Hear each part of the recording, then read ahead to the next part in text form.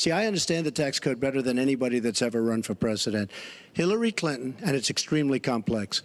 Welcome to the Two Black, Two Strong show with your host, John Dunn. And tonight, we back to the basics, giving you some news you can use, some information for your situation. You understand me?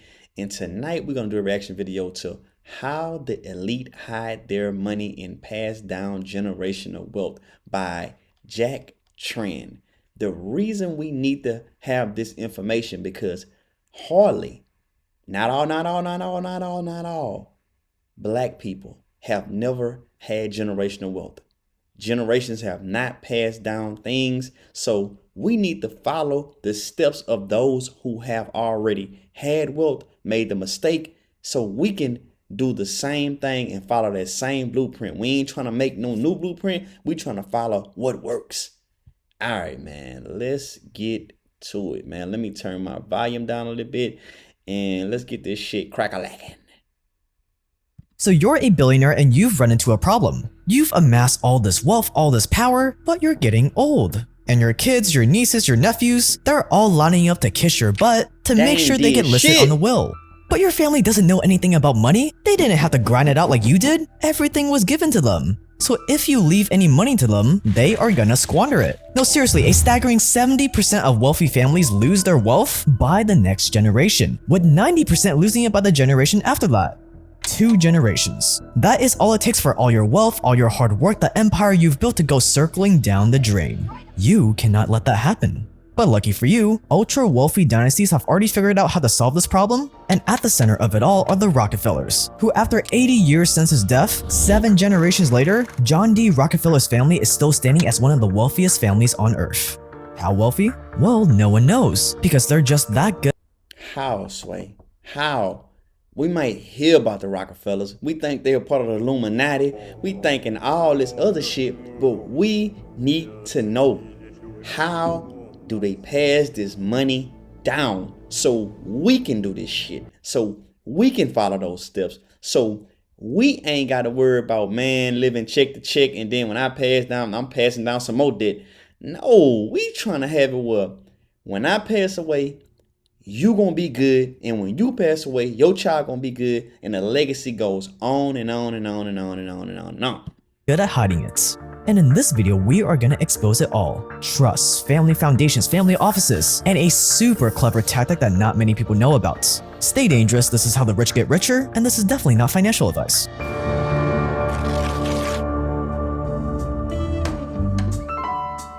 Here's what you have to understand about the ultra-wealthy versus the masses. The masses want to get rich so they can own the Lambo, so they can own the yacht, the mansion, the private jets. They want to show it off, they want to flaunt their wealth.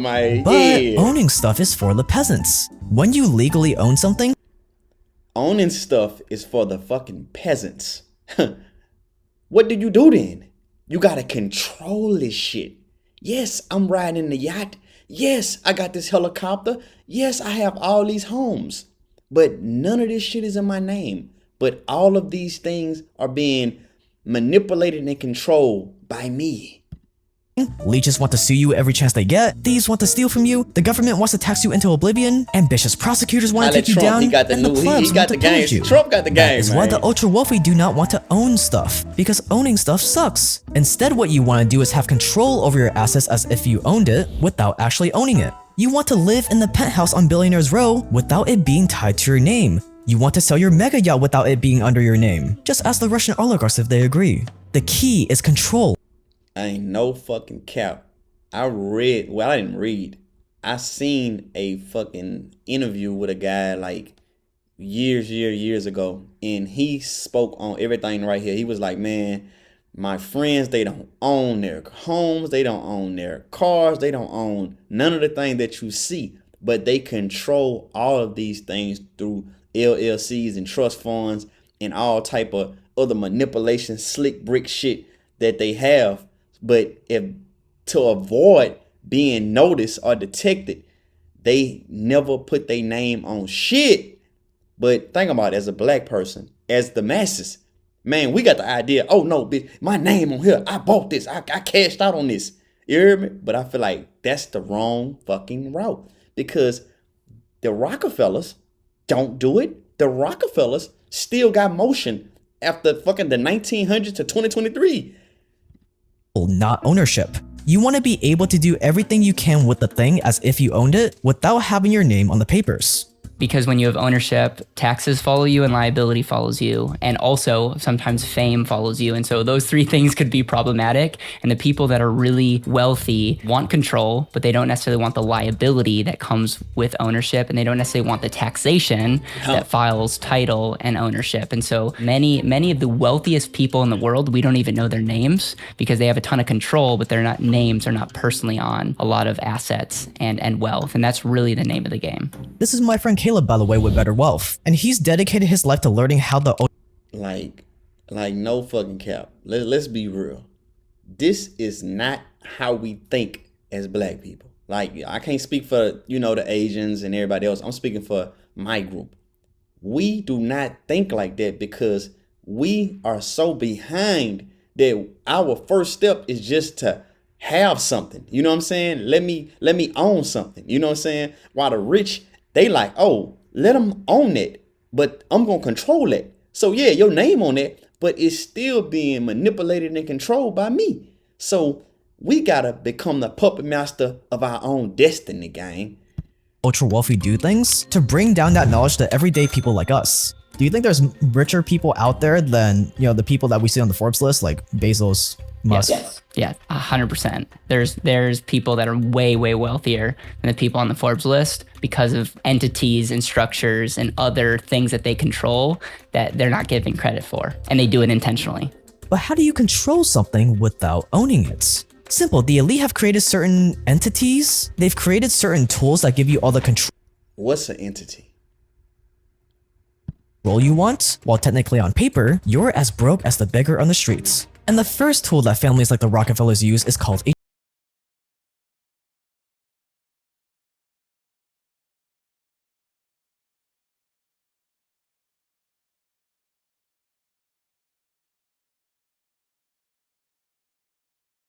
John D. Rockefeller Jr. established trusts for his daughter and 5 sons that consisted of oil company stocks and real estate holdings. These trusts still hold the bulk of the fortune. Another set of trusts were set up in 1952 for his grandchildren, the 4th generation of the family.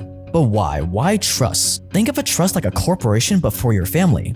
You put your money and real estate and businesses into this trust, and once the money is in the trust, you can invest that money however you want. You get to set the rules for what happens to your money when you die. But most importantly, just like a corporation, once you put money in the trust, you do not own it anymore. The trust owns that money. Once you put the money within the trust and all the assets in the trust, that ain't on me no more. That's the trust.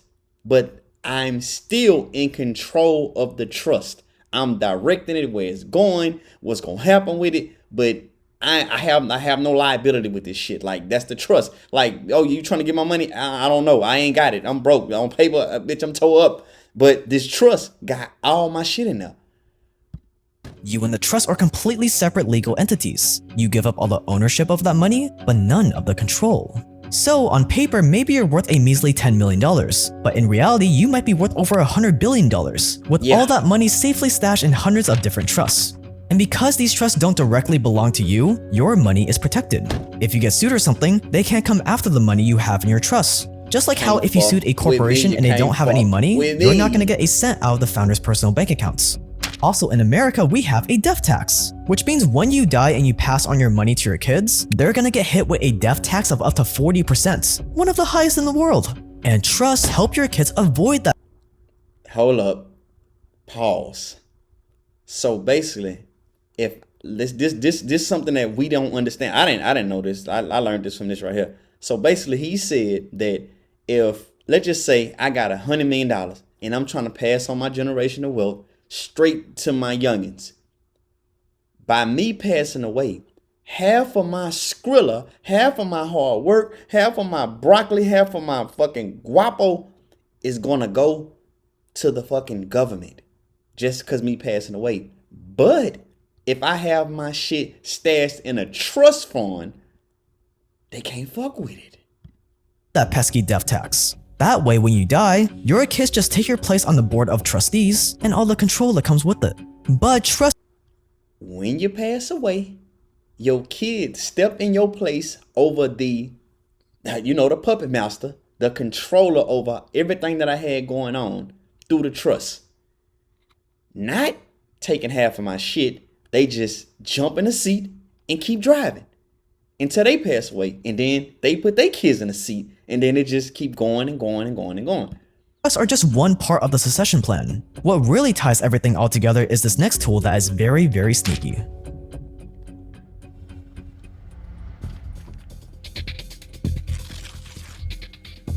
Life insurance. Hey, go watch my other video about life insurance too. It was just the basic level. Like, you know what I'm saying? It wasn't big boy When shit you hear like the this right word here. life insurance, it conjures up images like this. And for the average pleb, life insurance is exactly that. But for the ultra wealthy, life insurance is this insanely powerful tool that they keep under wraps. There's a reason why the Rockefeller family has their own life insurance company, the Rockefeller Insurance Company. That's because for the ultra wealthy, they use life insurance as kind of like a bank account. But not just any ordinary bank accounts. They use life insurance as kind of like a super bank account that can be used to invest tax-free. It sounds weird, but this is because all life insurance is a contract. A contract that has some very nice tax benefits. Because politicians don't want to tax the poor widow that just lost her husband. The problem is the traditional life insurance policies that are sold to the masses absolutely suck. They're made to enrich the insurance companies and not you. You buy a life insurance plan, you pay some money every month to your insurance company, and in exchange when you die, the company gives your family a couple $1 million. Nothing more, nothing less. So what the ultra wealthy do is they take this basic contract and they just negotiate better terms. And this allows the ultra wealthy to do something very, very special. They put So instead of getting the 10 bands or the 15 bands or the 100 bands or the $1 million that they say, okay, bet, when you pass away, I'm going to just get it to your family. The rich take that whole life insurance shit to the point where like, no, I want this like this and I want this like this right here. And I want to lean on my own money within my motherfucking life insurance. Put as much money as they want into their life insurance policy, where it grows tax-free, and then they use that money that they put into the life insurance policy to invest in whatever they want. So their investments grow tax-free. Your money's safe. It will grow the rest of your life. It will grow tax deferred. You can use your money tax free. It will get passed on tax free. It has a lot of other benefits. And so what the wealthy use it is they don't use it as an investment. They use it as like a safe asset. I call it the and asset because they're able to give their dollars more than one job. Bro. And so they're able to do that while it's protected, while it's off the radar screen of the IRS because it's not considered income. That's how a lot of wealthy people use it. And then step number 3 is usually to take the money or to utilize the money. You're not withdrawing your money, what a lot of people do, because that would be in a lot of cases taxable upon gain. They're borrowing against it or using a third-party bank to borrow against their asset. And as a result, if you borrow against it, it's not considered income. So a lot of wealthy people like Elon Musk and all these people, they're borrowing against the equity in their businesses. Insurance, and when you max fund insurance, that's why a bunch of banks do this, is over 3,000 banks today have what's called bank-owned life insurance. Some of their safest assets in the bank is in bank-owned life insurance. Why do they do that? It's an asset that they can borrow against and key team members and employees. And so many institutions use life insurance not as a death benefit, but as an and as a place to store and use their money. But not only that, just like a trust, the money that the Man, real shit. My homegirl had just commented under my picture talking about this right here with life insurance. All the things that you can do with it. You know what I'm saying? Like, bro, it's so much trickery and so much information that we don't know. You know what I'm saying? We have the basic understanding of so many levels of life. You know what I'm saying? Just being who we are and how behind we are. You know what I'm saying? I ain't gonna lie. We have advanced and got further, but I think we don't invest into trying to get the information about the overstanding and understanding about money. You know what I'm saying? Like, I feel like we kind of like just trying to get some shit, control some shit, not even control some shit, own some shit. You know what I'm saying? Because we think that's going to make shit better. But we got to get to the point where we are controlling shit. Like, we controlling this whole narrative. I control my destiny for the next 50 years. You know what I'm saying? This plan I put in motion is for the next 30 years, 100 years. You know what I'm saying? 200 years. You know what I'm saying? I'm setting it for the generation behind a generation. But I think we be so caught up in just the everyday hustle and bustle that we can't even think that far ahead. You know what I'm saying? So when we trying to catch up, these people that already went 20 laps around us, and they looking at us like, yeah, let them do it. Because they never going to get up to what the fuck we got going on right now. Rich put in their life insurance policies are also protected from creditors and legal penalties. But where things get really crazy is when the rich start borrowing money against their own life insurance policy, and then they use that money to invest in more assets. So basically what rich people do is they put, let's say, $1 million into their insurance policy, and that money in their insurance policy, they invest it into like the stock market or something, and it returns 7%. And the whole game is borrowing like 100K from that million at like a lower interest rate on your loan at like 3%. So yes, that's exactly it. So in just very conservative numbers, if you borrowed at 5% and you earn 7%, your money in your insurance is continuing to grow and you're getting all the benefits of insurance. No, I'm not even gonna hold y'all. When they get to talking about percents and all this right here, I have like no clue. Like some of this shit I really have no clue. I got the basic understanding of this shit. But like when they get to talking about percents and shit like that right there, it's some shit that I need to research myself, you know what I'm saying, as well as you too. But on that, borrowed at 5, earning 7, that's a 40% rate of return in the first year. So you're getting a 40% rate of return on that side, and people might say that doesn't make sense. You're becoming the bank. You're using arbitrage. Your investment is the 5%, not the full money, because your money's in your policy continuing to compound. So the same thing goes with making a greater rate of return. The benefit of this is having a dollar doing more than one thing, and the people that borrow against it, they have to make sure that their activities get a greater return than what the cost of borrowing. And if you can do that, you can really have a dollar doing more than one job. But how does taking a loan out on your own life insurance policy even work? Like, where do you even go to do that? You could go right to the insurance company and they give you an unstructured loan, no questions asked, and you could just say, hey, I want a $200,000 lien. It's almost like a HELOC, but it's an unstructured. So when you go to a bank and get a loan, you have to pay that money back. In insurance company, you don't have to pay that money back because they know that. Hold up. An insurance company, when they give you a loan on your own shit, you do not have to pay the money back. Like, explain yourself, playboy. You're going to die someday, and they have that unilateral contract and they're paying upon your death. So the cool thing is, Jake, you have this outstanding loan, a $200,000 loan, you're doing things with it and you never pay that money back. When you die, the insurance company is going to pay out your beneficiary, your family, minus what you owe them. So insurance is one of the only institutions that doesn't require you to have to pay back that loan because they're hedging both sides. They're hedging your mortality and they're also hedging interest rate. And because they're a lifelong contract commitment, they're gonna last a lot longer than we live. They can play the ultimate long game. And so we call these loans, but they're just a more efficient way to use money. And you can decide if you wanna pay them back because it's either gonna come out of your legacy. Yeah, it's either gonna come out of your legacy or out of your pocket while you're alive. Makes sense. So when you say unstructured, that means that there's no like repayment terms. Like I don't have to. You decide. Yeah. Unstructured means. All right, man. That shit is kind of like mind-boggling. What he's saying, like he's saying, like, man, I can get the 200 grand off my insurance policy, right? All right, bet. I can take that, do whatever I want to do with that, then bounce back, not pay that back, but at the same time, if I don't pay it back, it's just gonna take the money up out of. I guess the difference gonna come out of the whole loan itself. But I don't know, man. I don't know. I'm kind of confused right now.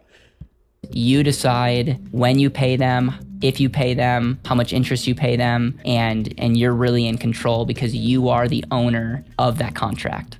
But where it really ties everything back together is that when your kids die, you set it up so that the money that gets paid from their life insurance policy goes right back into the family trust. When kids are born into the Rockefeller family, they buy a bunch of life insurance on them. And obviously the kids are able to buy things. When the kids are born, they buy a bunch of life insurance. Not the cheap shit I was talking about. I was just talking about, some quick shit put you in the ground. 10,000, 15,000. They talking the M's, like, you born, you get an M on you. You know what I'm saying? You got $1 million on you. You know what I'm saying? And we ain't about to do no slick shit and get you out of here so we can get that. It's all a part of the legacy, all a part of the whole program.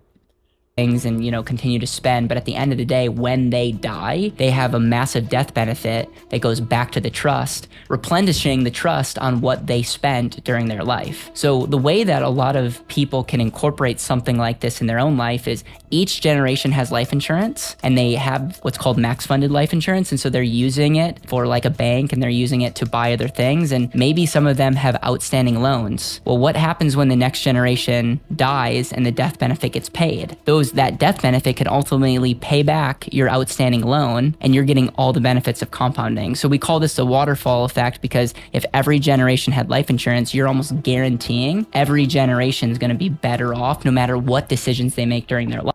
So basically, each time a person passed away, the policy pays for the next person, and then basically all the shit just trickles down. Like, you know what I'm saying? Like I said, I'm kind of like, I say, man, I'm mind fucked on the cool right now too, man. Pause. Life, because they're ultimately upon their death will reset the trust or the family fund, all while giving you control and access to use and invest all while you're alive. And when Caleb realized that the ultra wealthy were doing all of this, he knew that he had to share it with the rest of us. So you can think about this from a standpoint of, from day one, you have safety, it's easily accessible, you have great growth rate, you're able to use it, there's built-in guarantees, and you're compounding your money tax-free. That gives you options for the future, and you have protections whether you die or you get really sick before. All that time, you have an asset that's continuing to compound for you. No other asset, no other paper asset gives you anywhere near those benefits, all while giving you control to do what you want with your money. That's what for me was like, oh, from day one, I can control my money and invest it and use it for whatever I want, and I get all the benefits. That for me was like, okay, more people need to hear about this, because we haven't been told the truth as it relates to the power of this asset. Which is why Caleb created Better Wealth, to take the strategies that the ultra wealthy use. All right, man. I don't want to just do the man whole shit, you know what I'm saying? Just word for word, you know what I'm saying? I just wanted to like give y'all a quick glimpse of that. Like I said, I watched like the beginning of it, so I kind of like had an understanding. And like I said, I had heard another interview with a guy, and he spoke on the same type of scenario. Like, man, his friends that had all this shit going on, they didn't own none of the shit, but they control all of it. You know what I'm saying? So I just wanted to give y'all that right there and kind of like put that fat on y'all brain, so we can start thinking outside of the box and start using shit that's in front of us and information that's in front of us. To world, niggas are broke these days. I don't think you applying yourself, Smokey. Huh? And make sure y'all follow Jack Tron and the guy that came on that Better Wealth. You know what I'm saying? I feel like we waste a lot of time watching all this stupid ass gossip shit, bro. We need to start watching shit about money, information, things that's gonna help us. You know what I'm saying? I feel like the shade room should be the business room. What, you know what I'm saying? Well, you got millions of people following. Every day they posting something about this business, that business, they doing this, blah, blah, blah, blah, blah. It shouldn't be just about gossip. Not just them. I'm not just leaning on them. I'm just talking about as in the culture, as in with black people. We spend so much time trying to learn some shit that has nothing to do with growth. All right, man. Y'all know the motto. Like, subscribe, stay tapped in. Make sure y'all go watch all the videos behind. Tell a friend. And you know what the fuck going on, man. Stop playing.